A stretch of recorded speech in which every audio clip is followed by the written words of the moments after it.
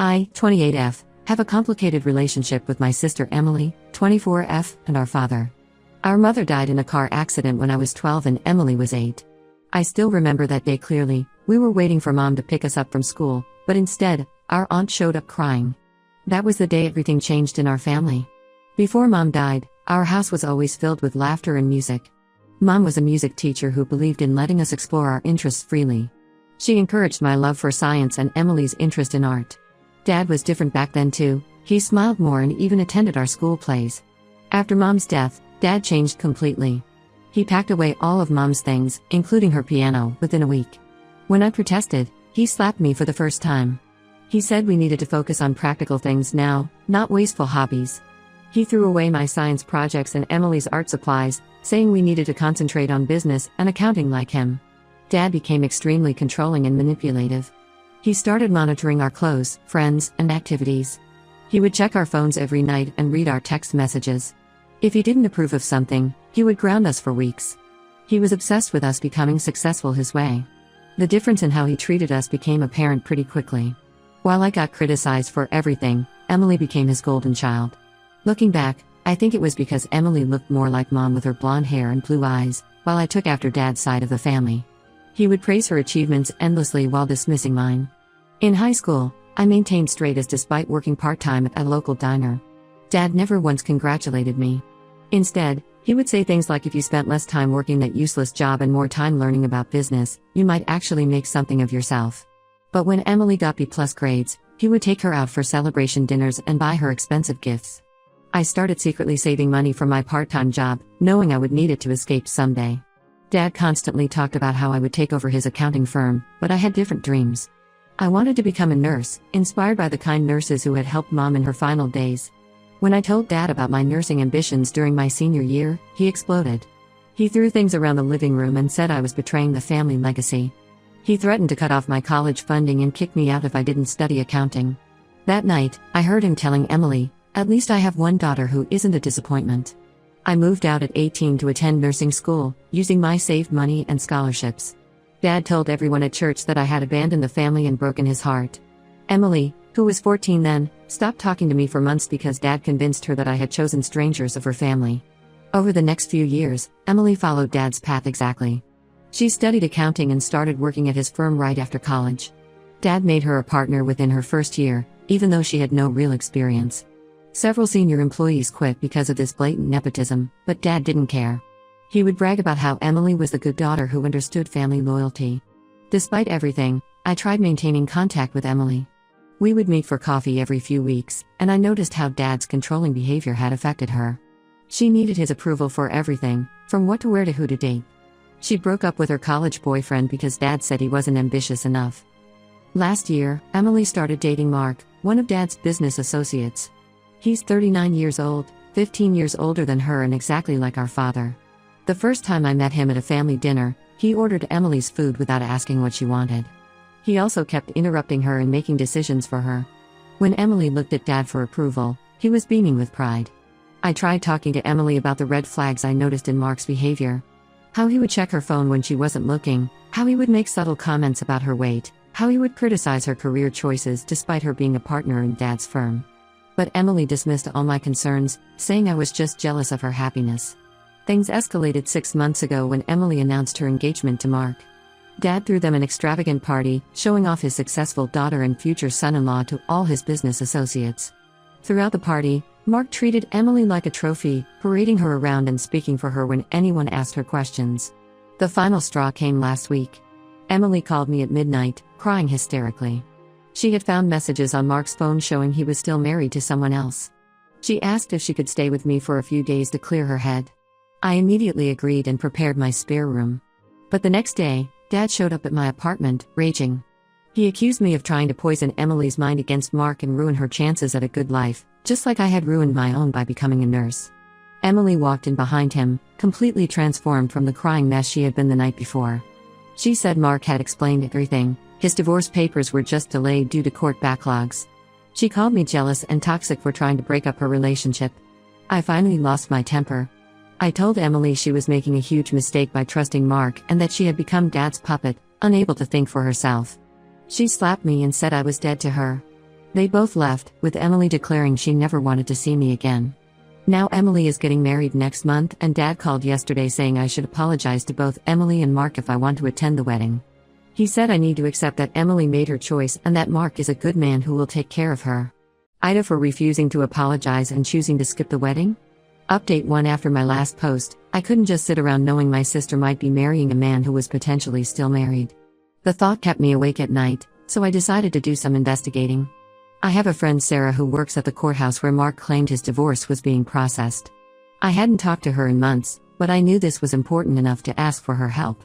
Sarah pulled some records and what she found was disturbing. Mark wasn't just married, he had 3 ex-wives, and his current marriage wasn't even close to being dissolved. The divorce papers he claimed were delayed hadn't even been filed yet. But that wasn't even the worst part.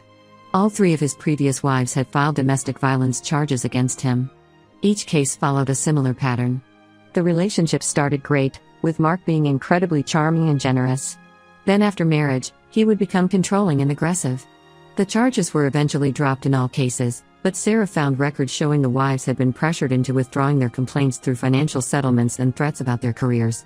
Each marriage followed the same timeline, about 2 years before ending badly. Mark would target successful women from wealthy families, integrate himself into their family businesses, and then systematically isolate them from their friends and family. By the time the marriages ended, he had usually managed to extract significant amounts of money from their family businesses. I spent 3 days gathering all the documentation. I found newspaper articles about one of his previous weddings, court records that were public, and even some social media posts from his current wife warning others about him. I compiled everything into a detailed document and sent it to Emily's email. I also forwarded copies to Dad's office email because I knew he monitored Emily's communications. The response was worse than I expected. Emily showed up at the hospital where I worked during my shift. She started screaming in the middle of the emergency room about how I was trying to ruin her life. She called me a jealous, bitter woman who couldn't stand to see others happy. My colleagues had to escort her out while she shouted that I was making up lies because I was envious of her perfect life. Dad's reaction was even more shocking. Instead of being concerned about Mark's history, he called me that evening in a rage. He said Mark had already explained everything to him. Apparently, all his ex-wives were unstable women who had tried to take advantage of him. Dad was more worried about how this would affect his firm's reputation since he had recently made Mark a partner. He threatened to sue me for defamation if I didn't stop spreading malicious lies about his future son-in-law. The next morning, I received a formal cease and desist letter from Dad's law firm. It demanded that I stop harassing Mark and Emily and threatened legal action if I continued to spread defamatory statements about Mark's character. Emily also went on a social media rampage, posting a long rant about how her mentally unstable sister was trying to ruin her wedding with fake stories because she couldn't handle seeing others succeed. My phone started blowing up with messages. Some family friends called to express their concern and support, saying they had always felt something was off about Mark. But others, especially Dad's business associates and church friends, started sending nasty messages about how I was trying to break up a happy couple out of spite. What really got to me was discovering that Dad had been spreading rumors at his firm about my mental health. He told his employees and clients that I had been unstable since Mom's death and had a history of making up stories for attention. Some of these rumors reached the hospital where I work. Yesterday, my head nurse called me into her office to discuss concerning reports they had received about my mental state. Thankfully, my work record speaks for itself, and my supervisor knows me well enough to not take these rumors seriously. I've started documenting everything now, every call, every message, every social media post. I even recorded some of Dad's threatening voicemails. I also managed to find and reach out to Mark's previous wives through social media. 2 of them responded and were willing to talk to Emily. They shared similar stories about how Mark had charmed their families and isolated them from anyone who questioned his behavior. One of his ex-wives warned me that Mark might try to retaliate since I was digging into his past. She said he had hired private investigators to dig up dirt on her when she tried to warn his next wife. I've started being more careful about my surroundings and changed all my passwords just in case. Emily still won't listen to anything I say. She texted me last night saying she was blocking my number because she couldn't handle my toxic jealousy anymore. She said Mark was the best thing that ever happened to her and that I was just trying to ruin her happiness like I ruined Dad's dreams of a family business. I don't know what to do anymore. I have all this evidence but no one who will listen. Every attempt to protect my sister just pushes her further away and deeper into Mark's influence. But I can't just stand by and watch her marry someone like him. I know what he is, and I know what he'll do to her. The thought of Emily going through what his other wives experience keeps me up at night. Update 2: I never expected things to unfold the way they did at Emily's wedding. I didn't attend, but my cousin Sarah agreed to go and keep me updated. She called me immediately after everything went down, and the details she shared were shocking. The wedding was held at Dad's church, the same one where we had Mom's funeral. Emily had invited almost 300 people, mostly Dad's business associates and church members. Sarah said Emily looked nervous during the whole ceremony, nothing like an excited bride. She kept looking at Dad for reassurance, while Mark seemed more interested in networking with the business people in attendance. The moment that changed everything came when the priest asked if anyone objected to the marriage. Sarah said the church doors burst open, and a woman walked in. It turned out to be Rebecca, Mark's current wife. She had somehow found out about the wedding and came with proof that their divorce wasn't just delayed. Mark had never even filed the papers. Mark completely lost control when he saw Rebecca. He started shouting in the middle of the church, calling her crazy and unstable, the same words he had used to describe all his previous wives. When Rebecca tried to show Emily the proof she had brought, Mark actually lunged at her. He had to be physically restrained by several guests when he tried to grab the documents from Rebecca's hands. The scene got even worse when Rebecca's lawyer, who had come with her, started reading out details of Mark's ongoing marriage and his history of fraud. Several of Dad's business associates were present, and they heard every word about how Mark had embezzled money from his previous wife's family businesses. Emily had a complete breakdown at the altar. Sarah said she just stood there, shaking and crying, while Mark was being escorted out by security. Dad tried to salvage the situation by telling everyone it was all a misunderstanding, but the damage was done. Most guests left quickly, obviously embarrassed and shocked by what they had witnessed. Instead of coming to me, Emily went straight to Dad's house. Sarah told me Dad somehow managed to convince her that this was all my fault. He claimed I must have tracked down Rebecca and planned this humiliation to ruin Emily's reputation. Emily, as usual, believed every word. Yesterday, I received a 5-page email from Emily. She wrote that I had finally succeeded in destroying her life completely. She accused me of hiring Rebecca to crash the wedding and claimed that I had orchestrated the whole scene because I couldn't stand to see her happy. She wrote that she would never forgive me for humiliating her in front of everyone who mattered. Dad has been busy doing damage control at his firm. He's telling everyone that I plotted with Mark's wife to ruin my sister's wedding out of jealousy. Several of our relatives have taken his side, saying I went too far this time. When I tried explaining that I had nothing to do with Rebecca showing up, my Aunt Linda told me that no one would ever believe me after what I did to poor Emily. The truth is, I had never even contacted Rebecca. I had reached out to Mark's previous wives, but Rebecca wasn't one of them. She had found out about the wedding through her own sources. I later learned that she had been trying to serve Mark divorce papers for months, but he kept avoiding them. The most frustrating part is that even after everything that happened, Emily still can't see the truth. She's more angry about the wedding being ruined than about Mark's lies. When Sarah tried telling her about Mark's reaction at the church, Emily defended him, saying he only acted that way because he was provoked. Dad is now facing questions from his business partners about Mark's involvement in the firm. Apparently, some clients are concerned about having worked with someone who has a history of financial fraud. But instead of accepting that he made a mistake in trusting Mark, Dad is blaming me for causing problems in his business. I'm actually relieved the wedding didn't happen, even though this wasn't my doing. At least Emily didn't end up legally tied to Mark. But it breaks my heart that she still can't see how Dad's manipulation has affected her judgment. She's so used to believing his version of reality that she can't even recognize the truth when it literally walks through the church doors. Update 3: The past 6 months have been a roller coaster of events. After the wedding disaster, things started unraveling at Dad's firm. Their accountant discovered that Mark had been quietly siphoning money from client accounts. When they dug deeper, they found he had transferred nearly $300,000 to offshore accounts during his time at the firm. Emily and Dad tried to sue Mark, but during the legal proceedings, even more dirt came out. They discovered Mark had done this to all his previous wives' family businesses. He had a pattern of integrating himself into family firms, gaining access to accounts, and slowly stealing money while keeping everyone distracted with his charm and business promises. Several of Dad's major clients pulled their accounts when they found out about the fraud. Some even threatened legal action against the firm for negligence.